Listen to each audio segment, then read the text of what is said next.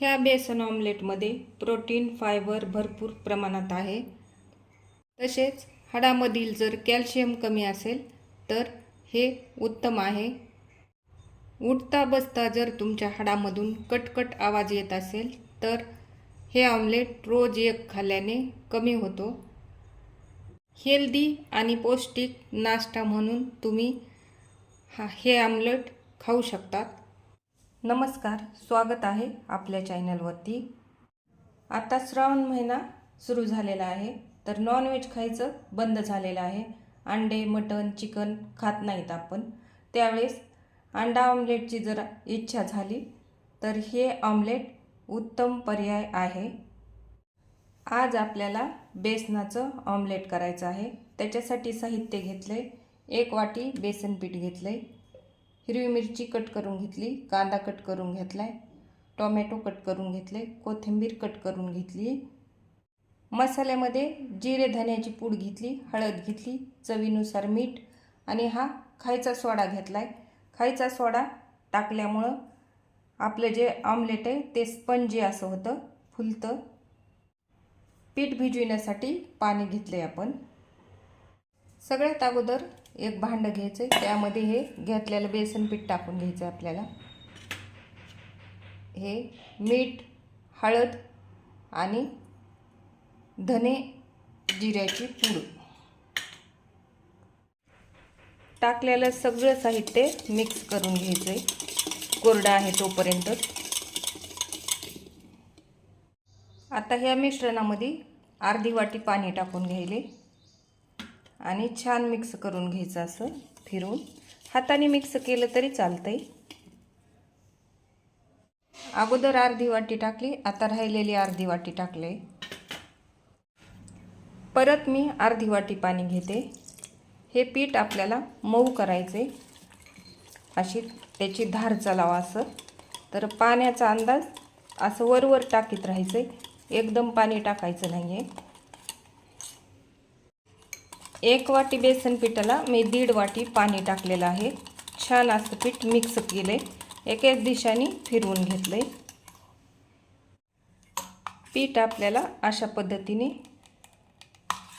भिजवून घ्यायचे, मस्त अशी धार चालली पाहिजे। ह्या पिठामध्ये कट केलेले टोमॅटो, कट केलेला कांदा, कट केलेली कोथिंबीर आणि हिरवी मिरची मिक्स करून घ्यायची आपल्याला।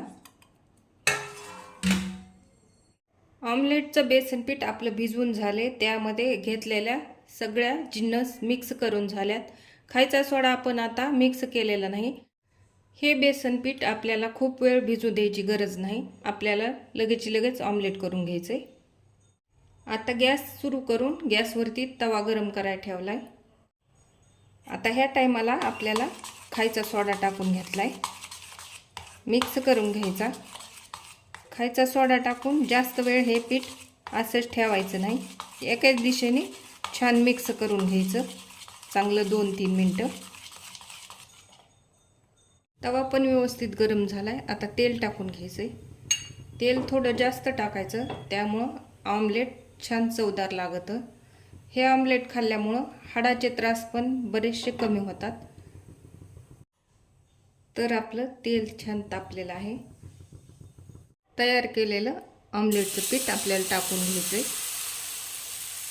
असं व्यवस्थित चमच्याच्या सहाय्याने फिरवून घ्यायचे, हे पसरवून अशा पद्धतीने